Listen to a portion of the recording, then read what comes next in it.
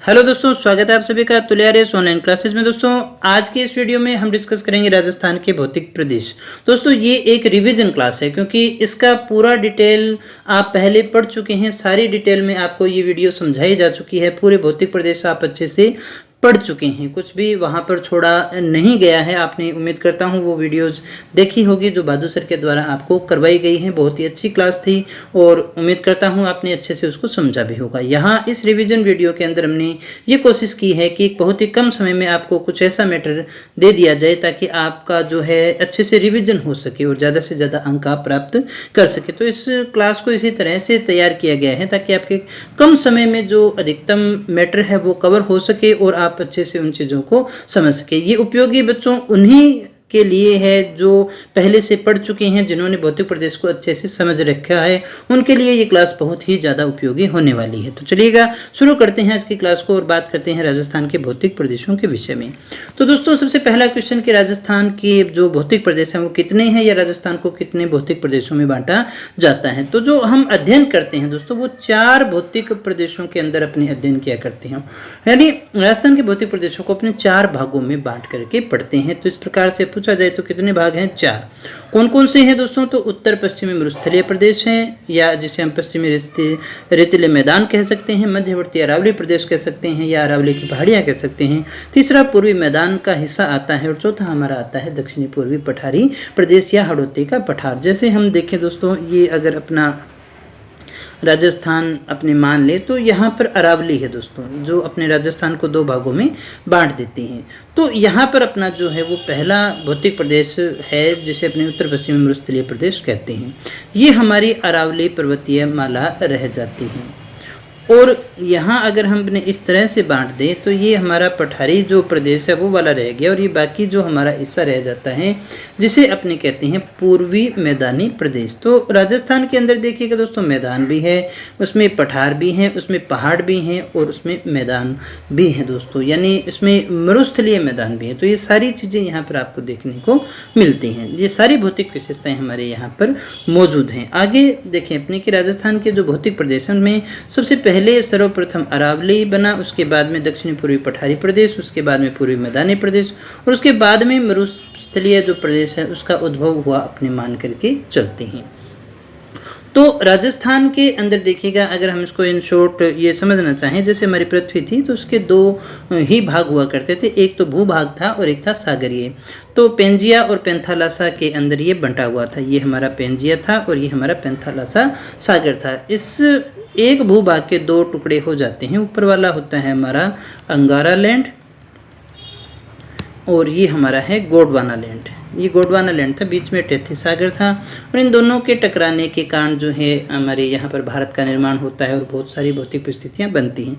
लेकिन हमारे काम की यहाँ से कौन सी चीज़ है कि एक तो अंगारा लैंड, एक गोंडवाना लैंड और एक हमारे पास में टेथी सागर था। इनमें से कौन कौन से भाग राजस्थान में मौजूद हैं? तो दोस्तों भारत के निर्माण में एक टेथी सागर का भाग है और एक देखिए गोंडवाना लैंड का भाग है। यानी ये जो 3 भूभाग थे इनमें से हमारे यहाँ जो है वो टेथी सागर के अवशेष हैं और गोंडवाना लैंड से बना हुआ है। भारत की बात करें तो राजस्थान भारत से बाहर तो है नहीं, तो इसलिए जो राजस्थान है वो उसमें टेथी सागर के अवशेष भी हैं और उसमें गोंडवाना लैंड के अवशेष भी हमें देखने को मिलते हैं। ये दोनों चीज़ों से मिलकर के बना हुआ है। तो यहाँ सबसे पहले हम बात करें कि राजस्थान के जो भौतिक प्रदेश हैं जिनको बांटा गया है तो उनका सबसे पहले जो निर्धारण किया गया था वो वी.सी. मिश्रा के द्वारा किया गया था। और राजस्थान का भूगोल थी उनके 1968 के अंदर 7 भौतिक प्रदेशों के रूप में जिसमें इन्होंने बांटा था। यानी वी.सी. मिश्रा ने सबसे पहले भौतिक विभाजन या निर्धारण किया और 7 भौतिक प्रदेशों के अंदर उसने बांटा था। वी.सी. मिश्रा का नाम आपको याद रखना है। इसके बाद में दोस्तों आगे अपने आते हैं पहले भूभाग के ऊपर जिसका नाम था उत्तरी पश्चिमी मरुस्थलीय प्रदेश। दोस्तों इसको अपने यहाँ थोड़ा सा समझ लेते हैं। जैसे मान लीजिए कि ये हमारा राजस्थान रह गया तो ये अरावली रह गई हमारी। तो ये जो हमारा भूभाग है इसे हम कहते हैं उत्तर पश्चिमी मरुस्थलीय प्रदेश। इसको अपने 2 भागों में बांट सकते हैं। ये हमारी 50 सेंटीमीटर वर्षा है, 50 सेंटीमीटर वर्षा रेखा है। इसके इधर जो है हमारा ये सारा का सारा हिस्सा कौन सा रह गया? ये उत्तर पश्चिमी मरुस्थलीय प्रदेश है। ये 25 सेंटीमीटर की जो हमारी वर्षा रेखा है वो रह जाती है। तो इसके इधर वाला हिस्सा और इधर वाला हिस्सा 1 और 2 इसे अपने 2 भागों में बांट सकते हैं। ये तो रह गया हमारा शुष्क मरुस्थलीय प्रदेश और ये हमारा रह गया अर्ध शुष्क मरुस्थलीय प्रदेश।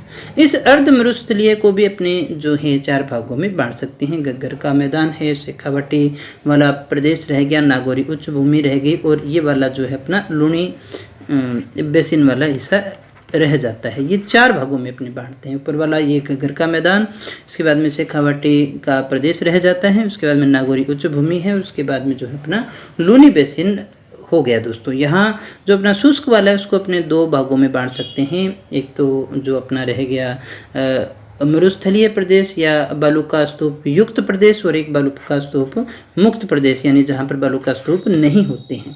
तो ये 2 भागों में अपनी बांटते हैं। तो इस प्रकार से इतना सारा मैटर जो है हमें वो उत्तर पश्चिमी मरुस्थलीय प्रदेश के अंदर देखना है। तो यहाँ चलिएगा बात करते हैं सबसे पहले कि यह भारत के उत्तर पश्चिम में स्थित थार के मरुस्थल का हिस्सा है। तो अगर आपसे पूछा जाए कि राजस्थान में जो उत्तर पश्चिमी मरुस्थलीय प्रदेश है वो किसका हिस्सा है, तो वो थार के मरुस्थलीय प्रदेश का ही हिस्सा है। और थार का जो मरुस्थल है वो टेथिस सागर का अवशेष है। तो इस प्रकार से ये जो हिस्सा अपना रह गया वो एक प्रकार से टेथिस सागर का ही अवशेष स्वीकार किया जाता है। अब हमें क्या पता कि यह टेथिस सागर का है या नहीं, तो इसके प्रमाण हमें कुछ देखने को मिलते हैं। जैसे खारे पानी की झीलों का रेगिस्तान में पाया जाना। रेगिस्तान में खारे पानी की झील है तो जाहिर सी बात है ये कहीं न कहीं लवणीयता के कारण ही बनी हुई है जो कि सागर में होती है। इसके अलावा बाड़मेर में पेट्रोलियम के भंडार है दोस्तों, और पेट्रोलियम जो आपको मिलता है वो समुद्री तट पे मिलता है, इसलिए भी हो गया। इसके अलावा बाड़मेर में जलीय जीवों के अवशेष भी हमें मिलते हैं। अकलवुड फॉसिल पार्क भी आपने देखा होगा, नाम सुना होगा, तो वहाँ से भी हमें कुछ इस प्रकार के वनस्पति और ये परिमाण मिलते हैं जिससे अपने मानते हैं कि ये जो है वो कहीं ना कहीं यहाँ पर सागर हुआ करता था। तो टेथिस सागर का ही हिस्सा अपने इस भाग को मान करके चलते हैं। इसके बाद में आगे दोस्तों हम ये देखें कि थार का मरुस्थल है वो राजस्थान के कुल भूभाग का कितना प्रतिशत है, तो 61.11% है। ये आपसे पूछ लिया जाता है। यानी जैसे हमने ये बांटा था तो ये जो हमारा हिस्सा था ये पूरे क्षेत्रफल का कितना है, तो 61.11% पर है, जिसके ऊपर 40% जनसंख्या जो है वो निवास करती है। इसके बाद में दोस्तों आगे हम देखें थार का जो मरुस्थल है वो विश्व में इंपॉर्टेंट है, इसलिए क्योंकि ये जो है वो विश्व का सर्वाधिक जनसंख्या वाला या सर्वाधिक जैव विविधता वाला मरुस्थल माना जाता है। अगर आपसे पूछा जाए कि विश्व का सर्वाधिक जैव विविधता वाला मरुस्थलीय प्रदेश कौन सा है, तो वो थार का मरुस्थल कहलाएगा और सबसे ज़्यादा जनसंख्या भी यहीं पर विश्व में निवास करती है, इसलिए ये हमारे लिए जानना अनिवार्य हो जाता है। अब देखिएगा ये क्वेश्चन आपसे बहुत बार पूछ लिया जाता है। भारत में जो रेगिस्तानी ब्लॉक बांटे गए हैं 142 हैं, उसमें से 85 ब्लॉक जो हैं वो राजस्थान में है। बहुत बार पूछा गया प्रश्न है। इसके बाद में आगे हम बात करते हैं 25 सेंटीमीटर वर्षा रेखा की, जिसे हमने प्रारंभ में देखा था। मरुस्थलीय प्रदेश को 2 भागों में बांट देती है। कौन कौन सा था दोस्तों? एक था पश्चिमी महामरुस्थल, महान मरुस्थल कह सकते हैं, या इसे अपने रेतीला शुष्क मरुस्थल कह सकते हैं। और दूसरा जो आएगा राजस्थान बांगर या फिर अर्ध शुष्क मरुस्थलीय प्रदेश। इन दोनों को बांटने वाली कौन सी रेखा है? 25 सेंटीमीटर वर्षा रेखा है। यानी इससे इधर 25 सेंटीमीटर से कम वर्षा होती है, इधर 25 सेंटीमीटर से ज्यादा होती है। तो यहाँ सबसे पहले हम पहले भाग की बात कर लेते हैं। पश्चिमी महान मरुस्थलीय प्रदेश या रेतीला शुष्क मैदान अपने इसको कहते हैं। तो इसके जो विशेषताएं हैं इसमें हिस्सा देख लीजिएगा कौन कौन सा आता है। जोधपुर, बाड़मेर, जैसलमेर, बीकानेर, नागौर का कुछ भाग इसमें शामिल हो गया। ऐसी कोई बॉर्डर लाइन तो है नहीं, लेकिन इनका कुछ एक का तो पूरा ही हिस्सा है, कुछ का काफ़ी हिस्सा इसमें शामिल है। इस भाग को भी हम 2 भागों में बांट सकते हैं, जैसे हमने स्टार्टिंग में भी बात की थी। एक तो मरुस्थलीय या बालुका स्तूप युक्त प्रदेश और दूसरा मुक्त प्रदेश, यानी जहां पर बालुका स्तूप होते हैं और जहां पर बालुका स्तूप नहीं होते हैं। इस प्रकार से 2 भागों में बांटते हैं। तो सबसे पहले हम डिस्कस कर लेते हैं बालुका स्तूप युक्त प्रदेशों। बालुका स्तूप क्या होते हैं दोस्तों? तो रेत के जो टीले हैं उन्हें ही अपने बालुका स्तूप के नाम से जानते हैं। स्तूप यानी इस प्रकार की गुंबदाकार जो भी आकृति होती है, जिसे अपने कह सकते हैं भूमि से ऊपर उठा हुआ इस प्रकार का भाग है। तो इस क्षेत्र में रेत के विशाल बालुका स्तूप में देखने को मिलते हैं, जो कि तेज हवाओं के साथ अपना स्थान बदलते रहते हैं। दोस्तों अब ये कोई पहाड़ तो है नहीं कि एक जगह स्थिर रह जाएंगे। मिट्टी आती है तो इनका जब हवा आती है, आंधी आती है, तो इसमें अपर्दन होता है, इसकी मिट्टी का अपर्दन होता है, और ये बालुका स्तूप जो है वो एक स्थान से दूसरे स्थान पर अपनी जगह को बदलते रहते हैं। तो यहाँ बालू का स्तूप जो हैं वो कौन कौन से हो सकते हैं उसी आधार पर अपने देख लेते हैं। ये बिल्कुल फैक्चुअल मैं बात कर रहा हूँ दोस्तों, ये सारी डिटेल आपने पढ़ी भी होगी अच्छे से। यहाँ मैं आपको एक ओवरव्यू दे रहा हूँ ताकि आपकी परीक्षा में ये काफ़ी ज़्यादा सहायक रहे। तो अनुप्रस्थ बालू का स्तूप कौन से होंगे? ये हवा के विपरीत और पवनों की दिशा के समकोण पर बनते हैं, इस प्रकार से आपको बने हुए मिलते हैं। तो ये कहाँ बनते हैं? पवनों की दिशा के समकोण पर मिलते हैं। और इस प्रकार के स्तूप आपको कहाँ मिलेंगे? चूरू, बीकानेर, जोधपुर, नागौर, पूर्वी बाड़मेर और जालोर में देखने को मिलते हैं। यहाँ आपको याद क्या रखना है? तो अनुप्रस्थ जो होते हैं ना वो समकोण पे होते हैं, ये चीज़ आपको याद रखनी है। अनुप्रस्थ कौन से होंगे? जो समकोण पर होते हैं। दूसरा आता है अनुदैर्ध्य बालू का स्तूप, ये कौन से? ये समानांतर होते हैं, ये आपको याद रखनी है। जैसे हवा चलती है उसी के समानांतर ये बने हुए होते हैं। इनकी जो लंबाई है वो अधिक होती है, ये समानांतर बनने के कारण ज़्यादा होते हैं, 3-4 किलोमीटर तक लंबे ये हो सकते हैं। ये कहाँ मिलेंगे आपको? जैसलमेर, पश्चिमी बाड़मेर, है ना। फिल्मों में जो भी आपने सैड सॉन्ग देखे होंगे वो उधर ही होते हैं, ज़्यादातर आपको यही मिलेंगे। तो अनुदैर्ध्य कौन से होंगे? समानांतर, ये चीज़ आपको याद रखनी होगी दोस्तों। तो अनुप्रस्थ और अनुदैर्ध्य, अनुप्रस्थ कौन से होंगे दोस्तों? समकोण पे हैं। यहाँ देखो इस नाम में स है ना, तो ये समकोण वाला हो गया। ये अनुदैर्ध्य है, इसमें जो है वो स नहीं है, तो ये बिना समकोण वाला है। इस तरह से आप इसको याद रख सकते हैं दोस्तों। आगे बात करें अपनी, तो यहाँ पर एक बहुत ही इंपॉर्टेंट टॉपिक है बरखान या बरछान। ये तो बहुत बार पूछ ही लिया जाता है, बरखान है क्या? तो ये भी एक प्रकार के रेत के टीले ही होते हैं दोस्तों, लेकिन इनकी आकृति अर्धचंद्राकार होती है। इन्हें अपने स्थानांतरित टीले भी कहते हैं, स्थानांतरण वाले टीले भी कहते हैं। सर्वाधिक विनाशकारी होते हैं क्योंकि ये अपनी जगह सबसे ज़्यादा बदलते रहते हैं। इसके अलावा दोस्तों और भी बहुत सारे प्रकार के टीले हो सकते हैं। आकृति स्टार बालू का स्तूप है, सीफ है, बहुत सारे प्रकार के होते हैं, जैसे जैसे आकृति बनेगी। लेकिन क्वेश्चन जो आते हैं वो आपके ज़्यादातर इन्हीं तीनों में से आने की संभावना रहती है। इसके बाद में एक इम्पॉर्टेंट क्वेश्चन हमारे पास में कि सारे के सारे जो टीले हैं वो आपको जोधपुर में देखने को मिल जाएंगे। आगे बढ़ते हैं और बात करते हैं ईर्ग। कुछ शब्दावली है।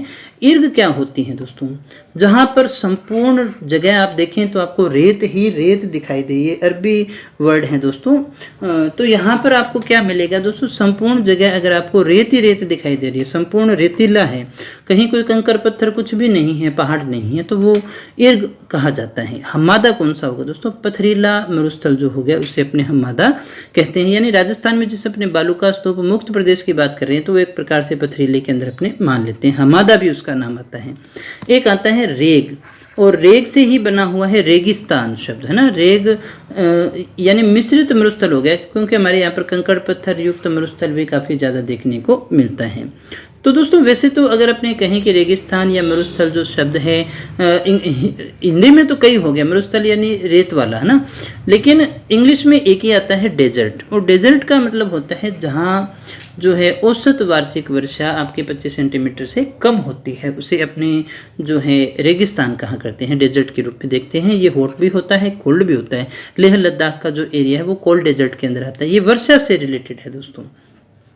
तो रेग को आपको याद रखना है, ये मिश्रित वाला होता है। धोरे किसे कहते हैं दोस्तों? रेत के बड़े बड़े बालू का स्तूप जो होते हैं उन्हें अपने धोरे कहते हैं। धरियन, ये याद रखना। ऐसे ये शब्दावली बहुत आती है परीक्षा में। धरियन किसे कहते हैं? स्थानांतरित जो बालू का स्तूप है उन्हें अपने धरियन कहते हैं। दोस्तों स्पीड आपको ज़्यादा लग रही होगी, लेकिन अभी आपका इतना पकड़ हो जानी चाहिए, क्योंकि अभी आपकी परीक्षा नज़दीक है। इतना नहीं करोगे तो फिर काम नहीं चलेगा दोस्तों। अगर मुझे टाइम पास करना है तो फिर मैं आराम से इसको 2 घंटे में भी पढ़ा सकता हूँ, लेकिन ये मेरा उद्देश्य बिल्कुल भी नहीं है। जो परीक्षा की पद्धति है उसी के हिसाब से आपको पढ़ाया जा रहा है। मरहो, ये याद रखिएगा, मरहो किसे कहते हैं? अपनी जटिल बालू का स्तूप युक्त स्तूपों की जो कतार होती है उसकी निचली भूमि जो वर्षा से जल से भर जाती है ना, मरहो कहते हैं। जैसे बालू का स्तूपों की जो कतार है उसके बीच में जो निचली भूमि है वर्षा से भर जाएगी तो उसे अपने मरहो के नाम से जानते हैं। खड़ीन, ये काफ़ी इंपॉर्टेंट वर्ड है। रेत के जो टीले हैं उनके मध्य वर्षा का जल भर गया। जब खड़ीन का जल सूख जाता है तो वहाँ पर मृदा में नमी बनी रहती है, उस भूमि पर कृषि की जाती है। जैसे मान लीजिएगा ये रेत के टीले हैं, उनके बीच में वर्षा का पानी तो मीठा ही होता है, ये कुछ दिन जमा रह गया तो ये जो इसमें देखिए सूख गया, ऊपर वाला जल तो सूख गया लेकिन मिट्टी जो है नम बनी हुई है, तो उस पर खेती की जाए तो ऐसी खेती को अपने खड़ीन कृषि के रूप में देखते हैं। इसकी जो प्रारंभ अपने पाली वालों से मान करके चलते हैं। 15वीं सदी में सर्वप्रथम इनके द्वारा खड़ी नाव का निर्माण किया गया था। इसके बाद में दोस्तों पलाया झील अपने किसे कहते हैं, ये होती है अस्थायी खारे पानी की झीलें। पलाया झील कौन सी होती है, अस्थायी खारे पानी की झीलें होती हैं। राजस्थान में इन्हें ही रण और टाट के रूप, जैसे पोखरण है ना, पोखरण में रण है, तो ये याद रखा करो दोस्तों। जैसे है ना रावत सर, राजिया सर, है ना, जिसके भी आगे सर लग जाता है यानी वहाँ पर तालाब है। जो रेगिस्तान में जो तालाब बनते हैं, जो वर्षा से तालाब बनते थे, उन्हें अपने सर कहा करते थे। जहाँ पर भी ये होगा वहाँ कभी न कभी कोई सर था दोस्तों। तो अस्थायी जो खारे पानी की झीलें बनती हैं रेत के टीलों के मध्य, उन्हें ही रण या टाट के रूप में देखते हैं। आगे देखिएगा रन को और देखिए डिफाइन करें अपने कि राजस्थान में मरुस्थल में पाई जाने वाली निम्न भूमि को रण या टाट कहते हैं। जैसे थोब है, बाप है और पोखरण है, ये आगे डिटेल में अपने देख रहे हैं। तो मरुस्थल में पाई जाने वाली निम्न भूमि जिसमें जल भर जाए तो पलाया झीलों के रूप में देख लेते हैं। तो ये जो भूमि है ना, ये रण या टाट कहलाती है। जैसे पोखरण है, थोब है, ये सारे इसी श्रेणी में आते हैं। अब देखिए एक वर्ड आता है शब्दावली में ही, रेगिस्तान का मार्च। ये क्या होता है दोस्तों, रेगिस्तान का जो धीरे धीरे आगे खिसकना है, यानी रेगिस्तान का आगे से आगे प्रसार होना ही क्या कहलाता है, वो देखिए रेगिस्तान के मार्च के रूप में जाना जाता है। इसके लिए जो प्रसिद्ध है वो राजस्थान का जो नाचना गांव है, जैसलमेर का है, नाचना गांव काफी ज्यादा फेमस है। फिर हम बात करें आगोर। आगोर क्या कहलाता है दोस्तों प्राचीन काल में मरु प्रदेशों में घरों में वर्षा के जल को एकत्रित करने के लिए टांके बनाए जाते थे। इस तरह के टांके होते थे, यहाँ से जल इनमें आता था। तो उसके अंदर जो इसे ही स्थानीय भाषा में अपने क्या कहते थे, आगोर के नाम से जानते थे। इन्हीं से संबंधित शब्द है अपना जो टांके हैं, इन्हीं से संबंधित शब्द है आगोर। नेहड़, नेहड़ अपने किसको कहते हैं दोस्तों, नेहड़ सामान्य भाषा में जल का समुद्र होता है। नेहड़ का अर्थ क्या हो गया, जल का समुद्र। तो राजस्थान के बाड़मेर और जालोर में समुद्र का जल भरा रहता था, इसलिए वो क्षेत्र जो है वो नेहड़ के रूप में जाना जाता है। भमूलिया, भमूलिया किसे कहते हैं दोस्तों, राजस्थान के रेगिस्तानी क्षेत्र में आपको भमूलिये मिल जाएंगे। छोटे जो चक्रवात है, स्थानीय भाषा में चक्रवात को ही, जो छोटे रूप के चक्रवात होते हैं, थोड़ी देर आपको थोड़ी दूर चलते हुए दिखाई देंगे फिर खत्म हो जाते हैं, उन्हें अपने भमूलिया के नाम से जानते हैं। गर्मियों में देखने को मिलेंगे।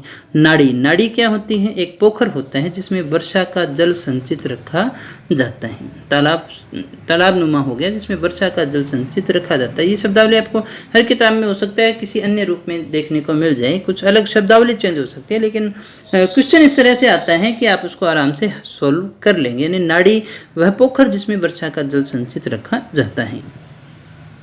टोबा, टोबा क्या होता है दोस्तों, नाड़ी के समान ही होता है लेकिन उससे थोड़ा सा गहरा होता है। बावड़ी, बावड़ी देखिएगा रामदेव जी की बावड़ी आपने देखी होगी, सीढ़ीदार ऐसे नीचे कुआं होता है, नीचे उतरने के लिए सीढ़ियाँ बनी होती हैं, तो उसे अपने जो है बावड़ी के रूप में देखते हैं। होता है एक प्रकार का कुआं ही है। कुई, कुई क्या कहलाएगी दोस्तों, इसका निर्माण तालाब के पास में किया जाता है। ये 10 से 12 मीटर तक गहरे हो सकते हैं, इन्हें बेरी भी कहते हैं दोस्तों। जैसे मान लीजिएगा कोई तालाब है तो हमें ये पता है जल अगर नीचे जा रहा है तो इधर उधर फैलता भी है ना, नीचे से नीचे, इसका प्रसार यहाँ तक हो सकता है, भूमि में जल जाता है। तो इस कारण यहाँ पर 10-20 मीटर गहरा तक जो गड्ढा या जिसको अपने कोई रूप में बना लेते हैं उसे बेरी के नाम से भी जानते हैं। तल्ली, तल्ली क्या कहलाता है दोस्तों, तल्ली का मतलब होता है बालू का स्तूपों की देखिए निम्न भूमि। जैसे तल्ली आ गया, ताल या तल्ली शब्द आपने सुन रखे होंगे दोस्तों। बालसन, बालसन काफी इंपॉर्टेंट वर्ड है। मरु प्रदेश का वह भाग जो पर्वतों और चट्टानों से घिरा होता है। देखिए क्या कहा हमने, मरुस्थल का कोई भाग है जिसमें पर्वत आ गए और चट्टान आ गई और उनके मध्य अगर जल भरा हुआ है तो ऐसा जो स्तर है, ऐसा जो झील या बेसिन है, उसी को अपने बालसन के रूप में देखते हैं। यानी रेगिस्तान के अंदर पहाड़ों और चट्टानों के बीच में जो बनी हुई झील है। देखिए लाठी सीरीज, ये काफ़ी ज़्यादा इंपॉर्टेंट क्वेश्चन है। पाकिस्तान की सीमा के सारे राजस्थान में जैसलमेर में मोहनगढ़ से पोखरण के मध्य ये एक जल पट्टी बनी हुई है दोस्तों। अवसादी चट्टानों का ये समूह है और यहाँ पर 80 मीटर लंबी है, ये 80 मीटर लंबी और 60 मीटर चौड़ी एक भूगर्भीय जल पट्टी मिली है जिसे काजरी ने लाठी सीरीज का नाम दिया था। किसने दिया था दोस्तों, काजरी इसे लाठी सीरीज का नाम देती है, 2007 की ही बात है। तो यहाँ पर देखिएगा किस लिए फेमस है, एक तो अपने इससे जो है सरस्वती के प्रमाण के रूप में भी देख लेते हैं कि मीठे पानी की झीलें, मीठे पानी का स्थान यहाँ पर कैसे हो गया। यहीं आपको वो है देखिए चंदन नलकूप की भी स्टोरी यहीं से मिलती है। ये देखिएगा धामण यानी जो अपना सेवण घास है उसके लिए भी काफ़ी ज़्यादा जानी जाती है, क्योंकि जब देखिएगा बारिश होती है तो फिर यहाँ पर जो मावट होती है उससे काफ़ी ज़्यादा लाभ होता है दोस्तों। तो ये जो स्थल है हमारा वो किस रूप में जाना जाता है, वो जो स्थल है वो लाठी सीरीज के रूप में जाना जाता है दोस्तों। बात करते हैं आगे अपनी अगला जो हमारा प्रश्न जो मुख्य बात रह जाती है वो है बालू का स्तूप मुक्त प्रदेश। जैसा हमने ये कहा था, जैसे ये हमारा राजस्थान था, तो यहाँ पर देखिएगा एक ऐसा शुष्क वाले भाग में थोड़ा सा भाग जो हमारा रह जाता है, जिसमें मोहनगढ़, फरोदी और बालोतरा के बीच की जो भूमि रहेगी उसमें बालू का स्तूप नहीं है। तो ऐसी जो भूमि है उसे अपने बालू का स्तूप मुक्त प्रदेश के रूप में देखते हैं। ये जो स्थल है वो परतदार चट्टानों से ढका हुआ है और ये टर्सरी काल में प्लिस्टिनो काल तक की चट्टानें हैं। ये देखिए चट्टाने हैं यानी हमादा है, ये हमने पीछे भी देखा था, और इसमें कई प्रकार के जुरासिक काल के वनस्पति और जीवाश्म भी पाए जाते हैं। आकलवुड फॉसिल पार्क जो है वो यहीं पर है। फॉसिल का मतलब जीवाश्म से होता है दोस्तों। तो हम ये कहीं बालू का स्तूप मुक्त प्रदेश यानी ऐसा जो अपना मरुस्थलीय प्रदेश के अंदर ऐसा भूभाग है जहाँ पर चट्टाने हैं और उसे हमादा भी कहते हैं। वो टर्सरी काल की चट्टाने भी आपको वहाँ मिलेगी, प्लेस्टोसीन काल की चट्टाने भी वहाँ पर मिलते हैं। इसके बीच के पीरियड की सभी चट्टाने यहाँ पर मिलते हैं। और यहाँ पर जो जुरासिक काल था उस काल की वनस्पति और जीवाश्म यहाँ देखने को मिलते हैं, जो अक्कलवुड फॉसिल पार्क में है। इसके बाद में दोस्तों आगे अपनी बात करते हैं राजस्थान बांगर या अर्ध शुष्क मरुस्थलीय अर्ध शुष्क प्रदेश के विषय में। पहले तो देखिएगा बांगर प्रदेश कौन सा होता है। जैसे मान लीजिएगा ये नदी इस तरह से बहती थी, अब किसी कारण से इस नदी ने अपना रास्ता परिवर्तित कर लिया, यहाँ से परिवर्तित कर लिया। अब ये यहाँ पर तो पहले मिट्टी जमा होती रहती थी, जब नदियाँ आती थी तो नई मिट्टी लाती थी, लेकिन अब नहीं लेकर के आती। तो इस प्रकार से ये मिट्टी जमा होती रहती है और ये कठोर भी हो जाती है, अनुपजाऊ हो जाती है। तो ऐसा जो क्षेत्र है वो क्या कहलाता है, बांगर, यानी जहाँ पर हर साल बाढ़ से नई मिट्टी आती रहती है वो तो कहलाएगा खादर, और जहाँ पर नहीं आती है यानी यहाँ पर नहीं आती है तो वो कहलाएगा बांगर। तो ये सामान्य भाषा में अनुपजाऊ मैदान को ही हम किस रूप में देखते हैं, बांगर के रूप में देखते हैं। इसे भी अपने 4 भागों में बांट सकते हैं, जैसे हमने बात की थी। एक घग्गर का मैदान है, शेखावाटी प्रदेश है, और नागौरी उच्च भूमि है, और लूणी बेसिन है, जैसे हमारा ये वाला हिस्सा रह जाता है। तो यहाँ पर सबसे पहले आया अपना घग्गर का मैदान, फिर आएगा शेखावाटी प्रदेश 2 नंबर वाला, फिर आएगा अपना छोटा सा हिस्सा जो नागौरी उच्च भूमि का है 3 नंबर, और फिर आएगा अपना लूणी बेसिन जो लूणी नदी का क्षेत्र रह जाता है। ये चौथा भाग अपना आता है।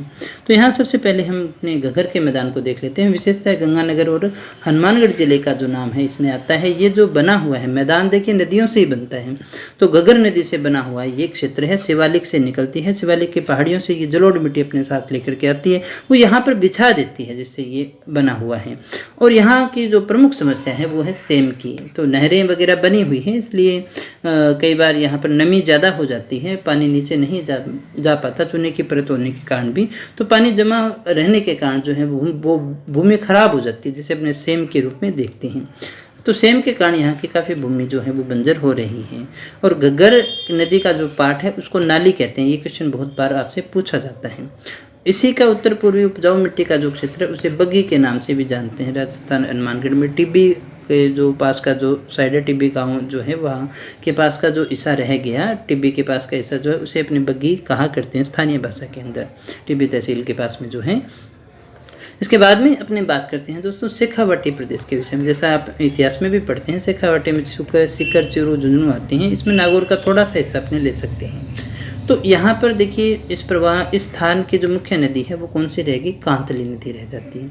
शेखावाटी प्रदेश में घास के मैदान को स्थानीय भाषा में बीड़ कहते हैं। बहुत बार प्रश्न आता है बीड़ क्या होता है दोस्तों, घास का मैदान है, स्थानीय भाषा में कहते हैं, और ये शेखावाटी प्रदेश में पाया जाता है। यहाँ पर जो कच्चे कुएं हैं उसे जोहड़ कहा जाता है। ये क्वेश्चन भी आपसे बहुत बार पूछा गया है। नागौरी उच्च भूमि, तो देखिएगा लूणी बेसिन यानी शेखावाटी प्रदेश के मध्य नागौर जिले के ऊपर उठी हुई भूमि को अपने नागौरी उच्च भूमि के नाम से जानते हैं। यहाँ पर सर्वाधिक खारे पानी की झीलें आपको मिल जाएगी। इसी प्रदेश में केशिकत्व प्रणाली से नमक तैयार होता है दोस्तों। नमक खारे पानी की झीलें होंगी, वहीं पर नमक ज़्यादा होगा। यहीं पर है हरे कबूतरों का क्षेत्र, नागौर उच्च भूमि, और सरिस्का अभ्यारण्य भी अपने इधर ही देख करके चलते हैं।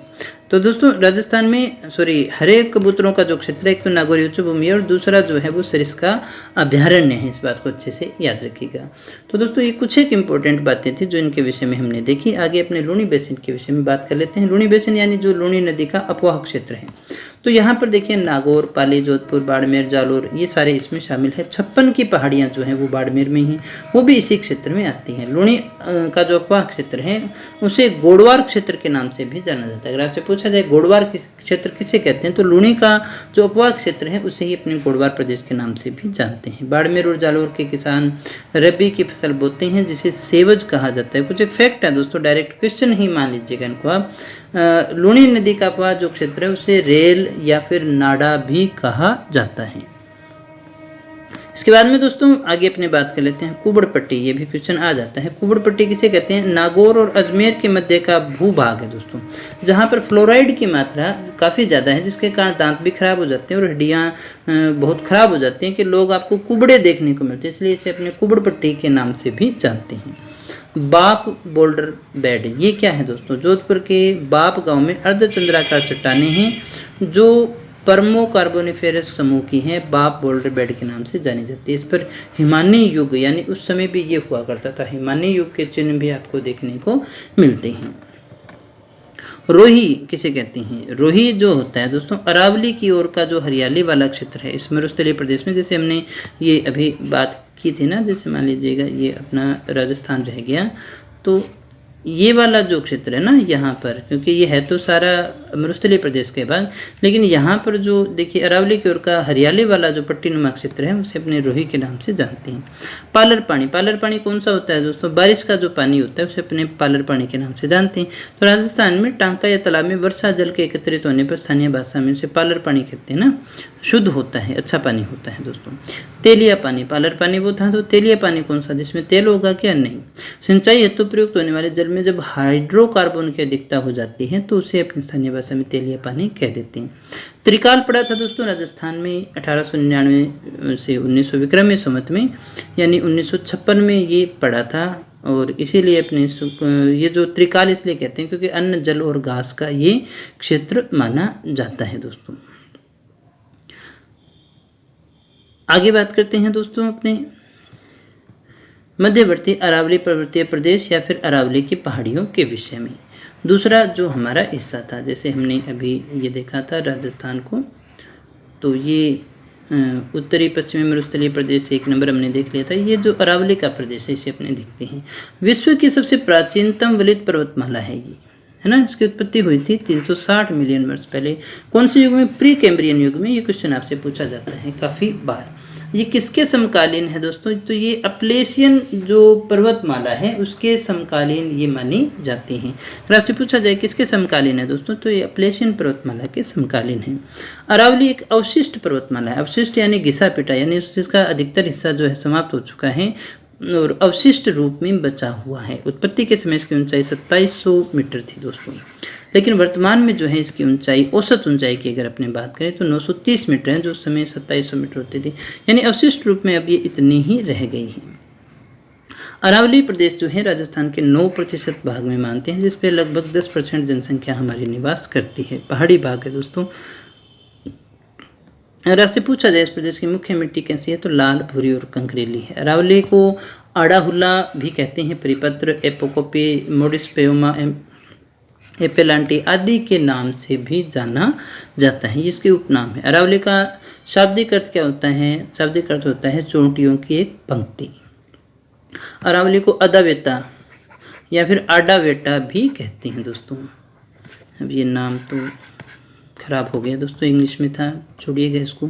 भूगर्भिक ऐतिहासिक दृष्टिकोण से अरावली गोंडवाना लैंड का हिस्सा। अगर आपसे पूछा जाए भूगर्भिक दृष्टि से जो अरावली है वो किसका हिस्सा है, तो वो गोंडवाना लैंड का अवशेष है, जिसकी उत्पत्ति 600 मिलियन वर्ष पूर्व प्री कैम्ब्रियन कल्प के अंदर, युग के अंदर हुई थी। अरावली की कुल मात्रा जो भारत में है, लंबाई की मात्रा जो है वो 692 है, लेकिन राजस्थान में कितनी है? 550 किलोमीटर, यानी 80% है। ये क्वेश्चन आपसे बहुत बार पूछा जाता है। राजस्थान में कितनी है? 550 और कुल कितनी है 692। अरावली का उद्गम जो होता है सुदूर दक्षिण अरब सागर में स्थित लक्षद्वीप के मिनिकॉय द्वीप से माना जाता है दोस्तों, और इसीलिए अरावली जो है उसका पिता अरब सागर को कहा जाता है। इसका उत्पत्ति तो अपने वहां से मान करके चलते हैं दोस्तों। भारत में अरावली का जो विस्तार है वो पालनपुर, खेड़ब्रह्म, गुजरात से रायसीना हिल्स दिल्ली तक अपने इसको देख सकते हैं, जहाँ पर दिल्ली के अंदर जाके छोटी छोटी पहाड़ियों के रूप में लगभग टीले के रूप में ही देखने को मिलता है आपको ना। राजस्थान में अरावली का विस्तार सिरोही से खेतड़ी और झुंझुनू तक है। राजस्थान में कहा सिरोही से लेकर के ऊपर जाएंगे तो खेतड़ी झुंझुनू तक आपको इसका विस्तार देखने को मिलेगा। राजस्थान में इसका विस्तार दक्षिण पश्चिम से उत्तर पूर्व की ओर है, ये याद रखिएगा ना, दक्षिण पश्चिम से उत्तर पूर्व की ओर है। अरावली राजस्थान को 50 सेंटीमीटर वर्षा के रूप में 2 भागों में बांटती है, इसलिए इसे भारत की महान जल विभाजक रेखा भी स्वीकार किया जाता है। तो यहाँ से सबसे इंपॉर्टेंट प्रश्न है इसका विस्तार किस दिशा में है, तो दक्षिण पश्चिम से उत्तर पूर्व की ओर है। अब देखिएगा अरावली को भी अपने 3 भागों में बांट सकते हैं, उत्तरी अरावली, मध्य अरावली और दक्षिणी अरावली। तो उत्तरी अरावली की बात करें तो जाहिर सी बात है, जैसे मान लीजिएगा ये हमारी अरावली है, ये उत्तरी हो गई, ये मध्य हो गई और ये दक्षिणी वाली हो गई। तो उत्तरी अरावली रायसीना हिल्स यानी दिल्ली से लेकर के सांबर झील तक अपने इसको विस्तृत मानते हैं। इसकी औसत ऊंचाई देखिएगा दोस्तों 450 मीटर तक है। इसका निर्माण क्वार्टजाइट और फाइलाइट सेलों से हुआ है। इसकी सर्वोच्च चोटी अगर आपसे पूछा जाए तो कौन सी है, रघुनाथगढ़ी है, जो कि सीकर में है, 1055 मीटर अपने इसकी ऊंचाई मानते हैं। फिर अपनी बात करते हैं मध्य अरावली की, ये अजमेर से टाटगढ़ तक है। अजमेर मध्य अरावली बहुत ही छोटा सा ये अपना क्षेत्र इसका रह जाता है, इतना सही है, टाटगढ़ तक है। इसके इस भाग में पहाड़ियों की औसत ऊंचाई 700 मीटर है, काफ़ी कम हो जाती है दोस्तों ना, जबकि घाटियों की औसत ऊंचाई 550 मीटर तक है। इसका निर्माण ग्रेनाइट चट्टानों से हुआ है। किससे बनी हुई है, ग्रेनाइट चट्टानों से बनी हुई है। यहाँ पर आपको संगमरमर, क्वार्टजाइट, ग्रेनाइट ये सारी चीज़ें देखने को मिल जाएगी। इनके बीच में जो जैसे पहाड़ियों के बीच में गैप जो है वो यहीं सबसे ज़्यादा होता है। ये क्वेश्चन आपसे पूछा जाता है बहुत बार कि गैप कहाँ पाया जाता है। इस भाग की सर्वोच्च ऊंची चोटी जो है अपने मोराम जी को मान करके चलते हैं। इसका केंद्रीय भाग कौन सा है दोस्तों, इस भाग का अगर अपनी बात करें तो वो तारागढ़ है। फिर अपनी बात करते हैं दक्षिणी अरावली की। इसका जो विस्तार है टोडगढ़ से लेकर के गिरनार तक है। कहाँ तक है, गिरनार तक, नीचे तक चला गया। ये अरावली पर्वतमाला का सबसे ऊंचा क्षेत्र है, यानी नीचे से तो ये ऊंची है, ऊपर जैसे जैसे जाते जाएंगे तो खत्म होती चली जाएगी। इसकी औसत ऊंचाई यहाँ पर 1000 मीटर तक है। इस क्षेत्र राजस्थान की सर्वोच्च चोटी जो है वो गुरु शिखर है दोस्तों। इस पूरे क्षेत्र की ओर अगर अपने कहें राजस्थान की सर्वोच्च चोटी तो वो कौन सी रहेगी, गुरु शिखर 1722। ये क्वेश्चन भी आपसे बहुत बार पूछा गया है। अरावली को 4 भागों में बांटते हैं। इसके अलावा दोस्तों राजस्थान में अपने अरावली को इन 4 भागों में भी बांट करके देखते हैं। कौन कौन से हैं, ये तो हमने पीछे जो देखा वो भारतीय स्तर पे देखा। राजस्थान में बात करें तो एक आता है हमारे पास में, कभी कभी इसीलिए कभी कभी आपने कई किताबों में 4 भाग लिखे हुए देख रखे हों। तो माउंट आबू ब्लॉक जो है ये सिरोही में विस्तृत है और ये सबसे ऊंचा भाग आ गया। फिर मेवाड़ की पहाड़ियाँ, ये मेवाड़ में रहेंगी। उदयपुर, राजसमंद, भीलवाड़ा, चित्तौड़, प्रतापगढ़, पाली में ये विस्तृत है। यहाँ पर सर्वाधिक विस्तार इसी एरिया में रह गया। उदयपुर में सर्वाधिक विस्तृत है। दरगा जो पर्वत है उसकी ऊंचाई 1431 मीटर। रागा दरगाह आपने पढ़ा होगा दोस्तों। यहाँ मेरवाड़ा की अगर अपनी बात करें तो अजमेर से रावली टाटगढ़ तक ये विस्तृत है, ये विश्रृंखलित है। गोरम जी की ऊंचाई जो है यहाँ पर 933.5 मीटर है। गोरम जी यहाँ की एक ऊंची चोटी अपने मान सकते हैं। उत्तरी पूर्वी जो पहाड़ियाँ हैं, जयपुर, सीकर, झुंझुनू, ऊपर वाला हिस्सा ये हमारा रह गया। ये द्विशाखित श्रेणी है। रघुनाथगढ़ी है यहाँ की एक चोटी, जिसकी 1055 मीटर ऊंचाई की चोटी अपने मानते हैं। अरावली का पूर्वी भाग नतोदर और पश्चिमी भाग जो है उन्नतोदर है, यानी उधर जो है ढाल कम है और इधर पश्चिम में ज़्यादा है दोस्तों। पश्चिम में कम है और जबकि पूर्व में ज़्यादा देखने को मिलती है आपको। आगे बढ़ते हैं हम, तो यहाँ अपनी बात कर लेते हैं। अरावली के पूर्वी भाग में अधिक जैव विविधता है। अगर अरावली के पूर्वी भाग में बात करें तो सर्वाधिक जैव विविधता यानी जैव जंतु जो है उसकी सबसे ज़्यादा वेराइटियाँ पाई जाती हैं, उसे ही अपने जैव विविधता के नाम से जानते हैं। देखिएगा मेवल किसे कहते हैं, कुछ एक शब्दावली है। डूंगरपुर और बांसवाड़ा के मध्य का जो पहाड़ी भाग है, डूंगरपुर और डूंगरपुर और बांसवाड़ा के जो मध्य का पहाड़ी भाग है उसे अपने मेवल के रूप में जानते हैं। गिरवा क्या है दोस्तों, बहुत बार पूछा जाता है। उदयपुर जो शहर है उसके चारों ओर तस्तरी नुमा जो पहाड़ियाँ हैं वही गिरवा कहलाती हैं और इसी कारण से यहाँ पर झीलें बहुत ज़्यादा हैं और इसलिए इनसे झीलों की नगरी भी कहते हैं। देशरो कौन सा है दोस्तों, एक देखिएगा रागा चोटी है और एक जरगा पर्वत है। इन दोनों के मध्य विस्तृत हमेशा हरा भरा रहने वाला जो क्षेत्र है इस क्षेत्र को अपने देशहरो के नाम से जानते हैं। ये एक रागा ले लो और ये एक जरगा पर्वत ले लो, है ना, जिसके विषय में भी हमने बात की है। भाकर प्रदेश कौन सा होगा, सिरोही जिले के उत्तर पूर्वी भाग में छोटी छोटी कटकनुमा जो पहाड़ियाँ हैं, तीखी पहाड़ियों के रूप में अपने देख सकते हैं, उसे अपने भाकर के नाम से जानते हैं। जैसे रोजा भाकर हो गई है ना। राजस्थान के प्रमुख पठारों को भी देख लेते हैं। अब देखिए कि यहाँ पठार कौन सा हो गया, जो जिसकी चोंच नहीं है, इस तरह से फैला हुआ जो भाग रहेगा, जमीन से तो ऊपर ही होता है। उड़िया का पठार ये कहाँ है, सर्वोच्च पठार है गुरु शिखर से 160 मीटर नीचे, इसलिए वही होगा ना, गुरु शिखर है माउंट आबू के साइड में ये रह गया दोस्तों। आबू का पठार ये 1380 मीटर है, अचलगढ़ दुर्ग इसी पर स्थित है दोस्तों। भूमट का पठार ये क्वेश्चन आपसे बहुत बार पूछा जाता है, मेवाड़ के दक्षिण पश्चिम में उदयपुर और अंशतः सिरोही में ही ये विस्तृत है और भगत आंदोलन का ये क्षेत्र रहा था। भूमट का भील आंदोलन भी आपने सुना होगा। भोराट का पठार ये बहुत बार पूछा जाता है, गोगुंदा से लेकर के कुंभलगढ़ तक का जो क्षेत्र है उसके बीच में जो पठार विस्तृत है उसे अपने भोराट का पठार के नाम से जानते हैं। लसड़िया का पठार कौन सा है दोस्तों, उदयपुर जो है उसके उत्तर पूर्व में जयसमंद झील तक जो कटा फटा पठार है, यानी उदयपुर के उत्तर पूर्व भाग में जयसमंद, यानी ये उदयपुर में ही रह गया। लसड़िया का पठार कहाँ रह गया, उदयपुर में ही।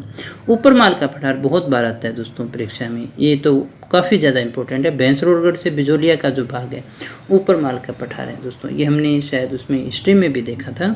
मेसा का पठार, मेसा का पठार कौन सा होता है दोस्तों, ये नदियों द्वारा निर्मित पठार होता है। जैसे नदी किसी भूमि को काट देती है और उसकी आकृति इस प्रकार की रह जाए मेज की तरह, तो इस पर जो है चित्तौड़गढ़ का किला बना हुआ है मेसा का पठार पे।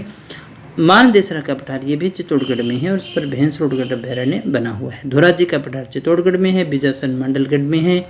और इसके बाद में अरावली के प्रमुख दर्रे देख लेते हैं। वैसे तो बहुत सारे हैं दोस्तों, लेकिन अपने स्थान के हिसाब से इनकी बात करें तो उदयपुर में केवड़ा किनाल है, फुलवारी किनाल है, नाल दर्रे को ही कहते हैं ना, जो पहाड़ होते हैं उनके बीच में से निकलने का जो रास्ता होता है, जैसे केलवा किनाल है, ये सारे उदयपुर में है। अजमेर में परवेरिया है, गोरम घाट है, सूरा घाट है, हाथी घाट दर्रे हैं। राजसमंद में जिलवाड़ा किनाल है, पगलिया किनाल है, खामली घाट है। ये सीधे सीधे क्वेश्चन ही आते हैं कि पगलिया किनाल कहाँ है ना। आगे तो अपने इसमें और भी डिटेल में पढ़ सकते हैं, जो शायद आपको वहाँ पर अच्छे से करवाया भी गया होगा, लेकिन अभी इतना ही ओवरव्यू के रूप में अपने देख रहे हैं जो सबसे ज़्यादा इंपॉर्टेंट है उनकी बात कर रहे हैं रिवीजन क्लास में। इसके बाद में प्रमुख पहाड़ियों की अगर अपने बात करें, राजस्थान में देखिए राजसमंद के अंदर कौन कौन सी पहाड़ियाँ, खमनोर की पहाड़ियाँ, बिजराल की पहाड़ियाँ, दिवेर की पहाड़ियाँ, हेमकूट और नील हिमवंत की पहाड़ियाँ जो है ये राजसमंद में रहेगी। जयपुर में नाहरगढ़ की है, खालीकों की पहाड़ियाँ और बैराट की पहाड़ियाँ हैं। सीकर में रघुनाथगढ़, हर्ष की पहाड़ी, जीणी माता की पहाड़ी है। अजमेर में तारागढ़ और नाग पहाड़ी है। झुंझुनू में पालखेत की पहाड़ियाँ हैं और लोहारगढ़ की पहाड़ियाँ हैं। जालोर में देखिए भाकर का क्षेत्र रहेगा ना, रोजा भाकर, इसराना भाकर, कनकाचल, सुंडा पहाड़ी, सुंडा पर्वत का नाम आपने काफ़ी सुना हुआ ना, सुंदा माता, जसवंतपुरा ये है। पाली में सारण की पहाड़ी है, नानी सिरड़ी की पहाड़ी भी यहीं पर मौजूद है। ये आपको कुछ एक पहाड़ियाँ हैं, अगर डीपली क्वेश्चन दे तो यहाँ से वो कोई ना कोई क्वेश्चन पूछ सकता है। पीडीएफ आपको मिल ही रही है, ये पीडीएफ भी आपको मिल जाएगी, तो उससे आप पढ़ लीजिएगा। इसके बाद में दोस्तों अरावली के सर्वोच्च शिखर की अपनी बात करें तो गुरु शिखर है, सर्वोच्च है। कन्नट रोड इसे संतों का शिखर भी कहते हैं, क्योंकि कहते हैं कि जब वो गए थे तो वहाँ पर बहुत सारे संत तपस्या कर रहे थे, इसलिए कह दिया। इसके बाद में आती है शेर, 1697 मीटर है, सिरोही में ही है। फिर आती है देलवाड़ा, ये भी सिरोही में है। जरगा उदयपुर में है। अचलगढ़ सीकर में है। रघुनाथगढ़ी सीकर में है। दोस्तों ये कुछ एक पर्वतश्रेणियाँ हैं जिसको आपको याद रखना है, ये कई बार सीक्वेंस में भी पूछ लेता है। इसके बाद में दोस्तों अगले भाग पे आते हैं, अपने तीसरा जो भाग है राजस्थान का पूर्वी मैदान है ना, जिसको अपने पढ़ रहे थे। ये अरावली तक अपने देख चुके थे, यहाँ पठारी प्रदेश आ गया, हाड़ौती का पठार, ये वाला जो अपना हिस्सा बाकी रह गया उसे पूर्वी मैदान के रूप में देखते हैं। और मैदान जो है वो देखिएगा दोस्तों नदियों से ही बना हुआ होता है। दोस्तों पूर्वी मैदान राज्य के 23% भाग पे है, जिसमें 39% जनसंख्या निवास करती है। जनसंख्या घनत्व यहाँ ज़्यादा है दोस्तों। तो अगर आपसे पूछा जाए सर्वाधिक जनसंख्या घनत्व वाला प्रदेश कौन सा है, तो पूर्वी मैदान आएगा। इसका जो ढाल है वो पूर्व की ओर है दोस्तों। किधर है इसका ढाल, पूर्व की ओर। इसमें देखिए कौन कौन सी नदियाँ हैं, माही है, बनास बनास है, चंबल है, ये सारी है जो इन सारी नदियों के द्वारा जलोढ़ मिट्टी लाई गई है, जिससे बना हुआ ये हमारा पूर्वी मैदान है। यानी यहाँ आपको पढ़ना है माही का मैदान, बनास का मैदान, चंबल का मैदान। इन नदियों के बेसिन के आधार पर अपने इनको ये नाम भी दे सकती हैं दोस्तों। पूर्वी मैदान को हमने इसी आधार पर 3 भागों में बांटा, जिसमें मध्य माही का मैदान है। तो माही का मैदान ये नीचे वाला जो हमारा हिस्सा रह गया, यहाँ पर हिस्सा रह गया, इसमें डूंगरपुर, बांसवाड़ा और प्रतापगढ़ शामिल होते हैं। ये लाल जलोढ़ मिट्टी का क्षेत्र है और कौन सी फसल के लिए उपयोगी है, तो मक्का के लिए काफ़ी ज़्यादा उपयुक्त है। फिर अपनी बात करते हैं बनास बेसिन की। तो ये मुख्यतः भीलवाड़ा, अजमेर, टोंक, सवाई माधोपुर में विस्तृत है। कहाँ कहाँ पर है दोस्तों? भीलवाड़ा में है, अजमेर में है, टोंक में है, सवाई माधोपुर में। और यहाँ पर जो मिट्टी पाई जाती है वो कौन सी है? भूरी मिट्टी। कई बार ऐसा पूछ लेता है ना, बनास बेसिन में मिट्टी कौन से कलर की है या कौन सी मिट्टी है। फिर अपनी बात कर लेते हैं बाणगंगा करौली का मैदान। बाणगंगा मैदान कहाँ है दोस्तों? जयपुर, दौसा, भरतपुर, अलवर, करौली और धौलपुर में विस्तृत है। यहाँ की जो मृदा है वो जलोढ़ मृदा है। राजस्थान की सर्वाधिक उपजाऊ मृदा जो है वो यहीं पर है। फिर हम बात कर लेते हैं कांठल की। कांठल कौन सा हो गया दोस्तों? ये बांसवाड़ा है। डूंगरपुर, बांसवाड़ा, प्रतापगढ़ में माही नदी के आसपास का जो क्षेत्र है ना, जो प्रतापगढ़ रियासती क्षेत्र में भी ये नाम उपयुक्त हुआ करता था, बोलते थे इसको। कांठल का अर्थ होता है किनारा, यानी माही नदी के किनारे वाला जो क्षेत्र है उसको कंठल के नाम से जानते हैं। इसी में आता है 56 दिनालों का क्षेत्र है, 56 गाँवों का समूह, जिसे अपने 56 का मैदान के नाम से जानते हैं। कहाँ पर है? प्रतापगढ़ और बांसवाड़ा शहर के मध्य है। खेराड़ प्रदेश है ना, जैसे माल खेराड़ी अपने नाम सुने होंगे। बिजोलिया से देवली और देखिए बिजोलिया से देवली टोंक के बीच में विस्तृत उल्टे जहाज की आकृति जैसा अनियमित प्रवाह वाला जो क्षेत्र है उसे अपने खेराड़ के नाम से जानते हैं। माल खेराड़ क्या हो गया दोस्तों? ऊपर माल और खेराड़ इन दोनों को अगर जोड़ दिए जाए, यानी कि भैंसरोडगढ़ से देवली और टोंक के बीच का जो क्षेत्र है वो क्या कहलाता है? माल खेराड़ कहलाता है। ऊपर माल के साथ में खेराड़ को जोड़ दीजिएगा। पीडमांट का मैदान किसे कहते हैं दोस्तों? जैसे पहाड़ है तो इसका जो नीचे वाला हिस्सा होता है, पहाड़ी के तलहटी में निर्मित कंकर पत्थर युक्त उच्च टीला नुमा भूभाग जो होता है उसे अपने पीडमांट के नाम से जानते हैं। ये कहाँ है राजस्थान में? तो राजस्थान में देवगढ़ के पास में पीडमांट का मैदान मिल जाएगा। फिर अपनी बात करते हैं वागड़ या व्याघ्र घाट की दोस्तों।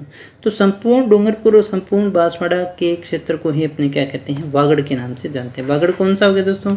वागड़ डूंगरपुर और संपूर्ण बांसवाड़ा का क्षेत्र। मेवलिया या मेवल क्या है दोस्तों? तो डूंगरपुर और बांसवाड़ा के मध्य बिखरी हुई पहाड़ियों का जो क्षेत्र है उसे अपने मेवल के नाम से जानते हैं। देवलिया ये प्रतापगढ़ का रियासती नाम है। बीहड़पट्टी कोटा से धौलपुर के मध्य है। घने जंगलों का ये क्षेत्र माना जाता है। फिर चौथे और अंतिम भूभाग पे आते हैं अपने दक्षिणी पूर्वी पठारी प्रदेश, जिसे हाड़ौती का पठार भी कहते हैं दोस्तों। ये गोंडवाना लैंड का अवशेष माना जाता है। अगर आपसे पूछा जाए कि गोंडवाना लैंड का अवशेष कौन सा भाग रह गया, तो दोस्तों यही रह गया ना। तो ये वाला जो हिस्सा अपना रह गया, इस प्रकार से हमने इसको बांटा था। दोबारा मैं यहाँ पर आपको दिखा देता हूँ थोड़ा सा, है ना। ये अपनी अरावली थी और इस प्रकार से है ना, ये वाला जो हिस्सा अपना रह गया हाड़ौती का पठार, कोटा, बूंदी, बारा, झालावाड़, हाड़ौती आपको याद ही होगा। ये लावा निर्मित पठार है। किससे बना हुआ दोस्तों? लावे से बना हुआ है और काली मिट्टी का विस्तार है। बहुत बार पूछा जाता है हाड़ौती के पठार की मिट्टी है कैसी है? मध्यम काली। ये 7% भूभाग पर और 11% जनसंख्या यहाँ पर निवास करती है। कोटा, बूंदी, बारा, झालावाड़, हाड़ौती का मतलब पता है तो यहाँ पर कोई भी समस्या आपके पास में नहीं होने वाली है। इस प्रदेश की मुख्य वनस्पति जो है वो उष्ण शुष्क पतझड़ वाले वन देखने को मिलेंगे। अब देखिएगा मालवा का पठार, यहाँ पर किसकी बात करें? मालवा का पठार दक्षिणी पूर्वी राजस्थान में स्थित है। अगर आपसे पूछा जाए मालवा का पठार कहाँ है, तो मालवा के पठार का हिस्सा भी यहाँ पर आता है। इस प्रदेश को अपने 2 भागों में बांट सकते हैं, हाड़ौती का पठार और विंध्यन कगार। सबसे पहले अपने बात करते हैं हाड़ौती के पठार की। तो हाड़ौती वाला यानी कोटा संभाग जो है वो इसमें आ गया। ये मूलतः दक्षिण की ओर प्रायद्वीपीय पठार का ही भाग है। दक्षिण का जो प्रायद्वीपीय पठार है, भारत का जो प्रायद्वीपीय पठार है, उसी का विस्तार है। ये ज्वालामुखी से निकलने वाले लावे के जमने से बना हुआ है और यहाँ पर पाई जाने वाली काली मिट्टी है जो कपास के लिए काफ़ी ज़्यादा उपयोगी। इसका जो ढाल है वो उत्तर या उत्तर पूर्व की ओर है। अगर किसी भी स्थान का आपको ढाल देखना हो तो आप याद कर लीजिएगा कि उसकी नदी जो है वो किस दिशा में जा रही है। हाड़ौती पठार को 5 उपप्रदेशों में अपने बांट सकते हैं। ये 5 उपप्रदेश है दोस्तों। और चंद्राकार पर्वत श्रेणियां, नदी निर्मित मैदान, शाहबाद का उत्सल, झालावाड़ का पठार और डड गंगाधर डग गंगाधर के उच्च क्षेत्र। पहले अपनी बात करते हैं विंध्या कगार की।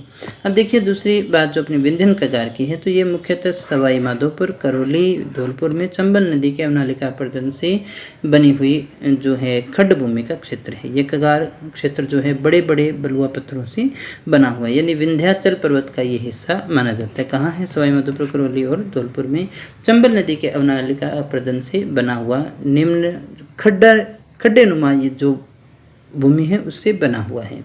इसके बाद में दोस्तों आगे अपनी बात करते हैं राजस्थान की प्रमुख पहाड़ियों के विषय में। मालखेत की पहाड़ियाँ सीकर में, हर्ष की पहाड़ियाँ सीकर में, हर्षनाथ की पहाड़ियाँ अलवर में हैं, और बिजासन के पहाड़ जो हैं वो मांडलगढ़ में है, चिड़िया टूंक मेहरानगढ़, बिठली तारागढ़ में, त्रिकूट जैसलमेर में, और करौली जो है वो कैला देवी मंदिर में है, सुंदा पर्वत भीनमाल में। तो दोस्तों इसमें देखिएगा सुंधा माता का मंदिर भी है। इसमें राजस्थान का पहला रोपवे लगाया गया है, और दूसरा जो है वो उदयपुर में है। मुकुंदवाड़ा की पहाड़ियाँ कोटा व झालावाड़ में हैं। मुकुंदवाड़ा की पहाड़ियाँ कहाँ हैं दोस्तों? कोटा व झालावाड़ में हैं। तो दोस्तों ये था हमारा पूरा का पूरा टॉपिक, और सारा ओवरव्यू हमने देख लिया है। काफ़ी इंपॉर्टेंट चीज़ें हमने यहाँ पर डिस्कस कर लिया। दोस्तों अगर आपको वीडियो अच्छा लगा हो तो लाइक कर देना, और अगर आप इनको पूरे अच्छे से डिस्कस करना है तो आपको सुनील बहादुर सर की वीडियो देख सकते हैं, जहाँ पर एक एक चीज़ को बड़े अच्छे और प्रेम से समझाया गया है। तो उम्मीद करता हूँ आपको हमारा यह प्रयास अच्छा लगा होगा। मिलते हैं नेक्स्ट वीडियो में, तब तक बने रहिएगा मेरे साथ। Thank you very much.